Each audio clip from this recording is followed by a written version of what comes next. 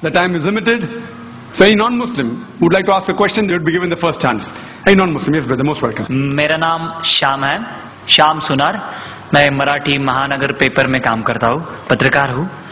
आपकी बातों से मतलब मेरे पास शब्द नहीं है क्या बोलना, लेकिन ये मुझे लगता है कि भारत में हिंदू और मुस्लिम एक होने के लिए कुछ ना कुछ होना चाहिए, ऐसा मुझे लगता है. मैं करता आया हूँ 10-12 साल से. लेकिन आपके मुंह से मैं ये सुनना चाहता हूँ कि भारत में बस्ती में, मैं तो 40 गांव इस गांव में रहता था, मुंबई में रेगुलरिटी के लिए आया हूँ. बस्ती बस्ती में जो हिंदू और मुस्लिम हैं, इनके दिल में अगर गलत फहमी है, और वो है भी सही मायने में कुछ हद तक है, तो वो दूर करने के लिए आपकी क्या सुझाव है कि हिंदू और मुस्लिम दोनों कम्युनिटी के लोग कैसे इकट्ठे आ सकते हैं? Brother asked a very good question. That what is the suggestion from me that how can we get the Hindus and Muslims on a common platform? How can we come together? The reply to this is, I have given a talk on similarities between Hinduism and Islam. I have given that talk in Bombay. I have given the talk in Chennai. I have given in other parts of India. And we find there that tens of thousands have attended. In Bombay about 20,000, in Chennai a similar number, and other parts of India. And many non-Muslims have attended. Many Hindus have attended, thousands of them. And many of them told me that, Brother Zakir, there was a person, just a comment, that what I did not know about Hinduism in the past 40 years of my life, I have learned in the past 4 hours. I follow the guidance of the Quran of Surah Al-Imran chapter 3 verse 64, which says, Ta'ala kalmitin sawa'im bainakum. Come to common terms as us and you. Which is the first term? Allah na'budu illallah. That we worship none but one God. What we realize, that I don't believe in interfaith dialogue. We say that Hinduism is the same, Islam is the same, Christianity is the same. This is just a gimmick. If I ask the Hindu Pandit, will you become a Muslim? He'll say no. If I ask the Muslim, will you become a Christian? He'll say no. If I ask the priest, will you become a Hindu? He'll say no. So what is same? It's not same. We have to agree that there are differences, but there are similarities also. Let us agree at least to follow the commonalities. What is different, keep it aside. So what I say, that take all the religious scriptures, whether it be the Bhagavad Gita, whether it be the Veda, the Upanishad, the Bible, the Quran, at least what is common, what is different, keep it aside, we can discuss some other time, but at least what is common, let us agree to follow it. And I've given the talk and I've showed so many similarities. So many. So you can refer to my video cassette. And what happens, many of them are not aware. The Muslims are not aware of their religion. Similarly, the Hindus are not aware of their religion. Many of the Muslims objected. Similarities between Islam and Hindu is impossible. So many of the people came with the talk to attack. Now Rabbi, I'm bowling, what nonsense. Hindu and Muslim same. Ho hi nahi sakta hai. But when they heard the talk, they were shocked. Those who came to attack, they agreed with the talk. Similarly, many Hindus came. So what we realize, that what is common we should follow. And number one is Allah na'budu illallah, that we worship none but one God. That's the most common thing, and which you can give quotations. And we can give quotation from the Vedas, from the Bhagavad Gita. It is mentioned in the Chandogya Upanishad, chapter number 6, section number 2, verse number 1. Ekam evidityam, God is only one without a second. It's mentioned in the Shvetashvatara Upanishad, chapter number 6, verse number 9. Nachasya kasij, janita nachadipa. Of him, there are no Lord. He has got no parents. These are Sanskrit quotations. That means Almighty God has got no parents. He has got no Lord. Furthermore, if we analyze, it is mentioned in the Shvetashvatara Upanishad, chapter number 4, verse number 19. Natasti pratimasti. Of that God, there are no images. There is no pratima, there is no photograph, there is no idol, there is no image. Same thing in Yajurved, chapter number 32, verse number 3. Natasya pratimasti. Of that God, there are no images. So if you go back to your Vedas and your religious scriptures, it speaks about one God. So people many a time are not aware of the scriptures.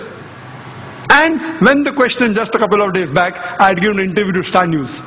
They asked me, Brother Zakir, what is your view regarding Vande Mataram? Can the Muslims say or not? I said, what do the Muslims say? I'll come to it afterwards. I'll first tell you what the Hindu scriptures say. He was shocked. What do I mean by that? I said, if anyone who's a scholar of the Veda agrees that God has got no pratima. So when you say Vande Mataram, that this country is my mother and you call it God, a person who's a scholar, I'm not talking about the normal people who don't know about the scriptures, but you ask a scholar, he will say that Vande Mataram goes against the Vedas. Because Vande Mataram in no less than 3 places it says, I bow down to thee. I worship thee. If you see about the Arya Samaj and you see the various top scholars, they think that according to the Vedas, idol worship is not permitted. There are verses in Bhagavad Gita chapter number 7 verse number 20 which says that you should not do idol worship. So here when we go back to your scriptures, unfortunately they believe in a form of pantheism. So even according to the Vedas, if you're a good scholar, this song, Vande Mataram, that I bow down and I worship thee, as I quoted in Sanskrit about Upanishad, it's against. Even in Islam, there are 12 lines which are objectionable. 3 times it is said Vande Mataram, which means I bow down to thee. If once it says that this country is my mother, once it says I will kiss the feet, once it says about the divine things, about the smile, talking about divinity, it calls it Lakshmi, it is called Durga. All these things are objectionable. We Muslims, we love this country, but we will not bow down to anyone but to Almighty God. Even a mother who has born in a womb for 9 months, we love her, we respect her, but we will not bow down to our mother, to our own mother. The number 1 human being who we love and respect in the world after Allah subhanahu wa ta'ala, it is Muhammad sallallahu alaihi wasallam. We will even not bow down to a Prophet Muhammad, peace be upon him. Is it required that we should sing this song Vande Mataram? It is a political gimmick. Politicians, they thought they get the vote bank, they even made a gimmick on the date. You know when it was written by Bankim Chand Chattopadhyay in 1876. It was published in 1882. So where is century come now? And where 7th September? They made a mistake, the political gimmick. Furthermore, even a Muslim living in Saudi Arabia, he cannot bow down to his country, Saudi Arabia. Even a Muslim living in Pakistan cannot bow down to Pakistan. It is shirk.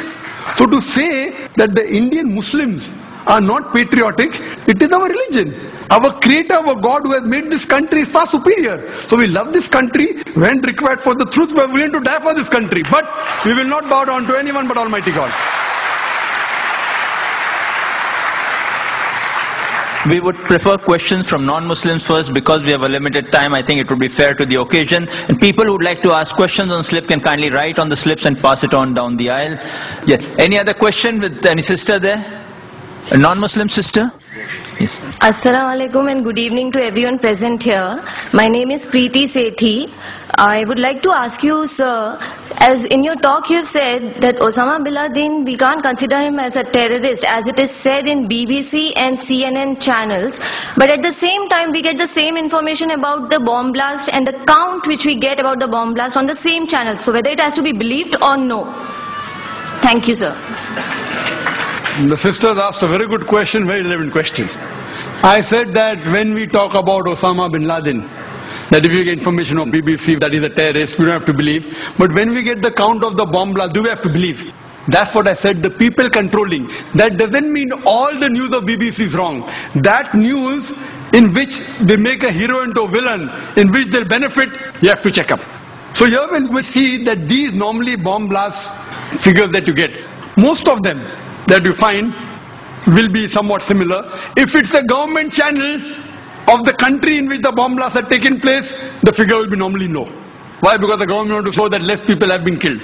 Like the police commissioner wrote to me, 187 people killed. Newspaper writes 207. I don't know who's right. I'm not saying that Commissioner A. is lying. I'm not saying that. Please don't get me wrong. So here we have to realize that when we get information, we have to see the proof. When we see the proof about Osama bin Laden, even on the channel, it is mentioned prime suspect, sister. Prime suspect. Prime suspect. Do you know, if you go to the website of the US Department of Justice, Info Police, that gives the list of the terrorist organizations. Terrorist organizations. 43, 60% are Muslim. Can you guess which is the most popular terrorist organization? Can you guess Muslim terrorist organization? Can you guess? No, sorry. Which is the most popular Muslim terrorist organization? Al-Qaeda. You don't get a prize for that, very easy. Al-Qaeda. According to the US Department, you know how many attacks? How many attacks? Ulfa, 749 attacks. Al-Qaeda, only 28. Out of that, 26 alleged, 2 Al-Qaeda claims they did it. According to the site of US Department of Justice, Al-Qaeda claims, all alleged, not a single proved. Even on the official site of US Department of Justice, not a single attack of Al-Qaeda has been proved. I'm not here to support Al-Qaeda. You know, when Yohan Redley went to Afghanistan, she was arrested by the Taliban. She comes back and she's asked the question, what are your views about Al-Qaeda? She replies, I doubt whether Al-Qaeda exists. So sister, what I'm trying to tell you, that when we get the information, if you are a man of the media or a person of the media, you can realize and you know that this information mostly will be correct, this has to be checked up. So what we have to realize that it is suspect, prime suspect, prime suspect. Even on CNN and BBC, even though they say it's a prime suspect, they're treating him as though he's a culprit. Can you go and kill thousands of Afghans only because of prime suspect? Not even proved. So, but natural sister, when we hear the news, we have to realize that who controls the news, what is the agenda behind, and then we have to be careful what news you take and what you quote. Hope that answers the question.